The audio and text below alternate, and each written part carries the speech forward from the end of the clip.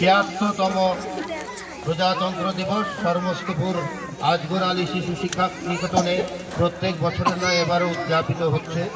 তো আজকের এই অনুষ্ঠানে যে সমস্ত আমার শিক্ষক শিক্ষিকা, প্রধান শিক্ষিকা, সহকারী প্রধান শিক্ষিকা এবং এই বিদ্যালয়ের প্রতিষ্ঠাতা সম্পাদক আলিউল আলম এবং বর্তমান সভাপতি আমানুল ইসলাম আঙ্গুল মাস্টার মশাই, সকলকে আমার যথাযথ সম্মান শ্রদ্ধা জানাই।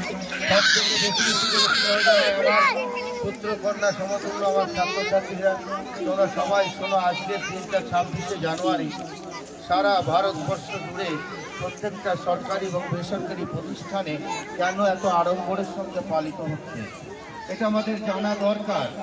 যে সারা ভারতবর্ষের মানুষ কেন এত আনন্দ হয়ে উল্লাস করে আজকের দিনে রাষ্ট্রপতি, দেশের শিক্ষাবিদ, নেতৃত্ব সকলেই আজকের দেশ সম্পর্কে আলোচনা করে, কেন অন্য কোনো দিন কেন করে না?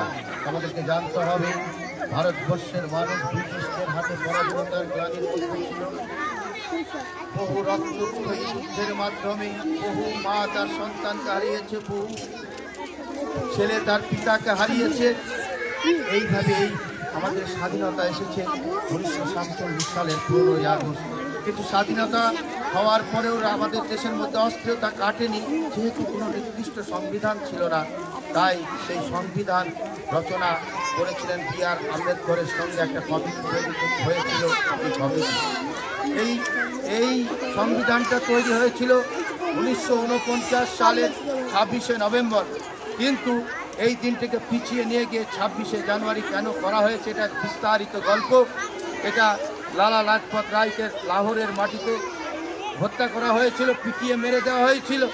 সেই দিনটাকে স্মরণ করার জন্য, সেই লালা লাজপত রায়ের স্মৃতিকে ধরে রাখার জন্য এই স্বাধীনতা, এই পতাকাটা, এই প্রজাতন্ত্র দিবসের এই দিনটা 26শে জানুয়ারি করা হয়েছে। এটা তোমাদের জানা দরকার।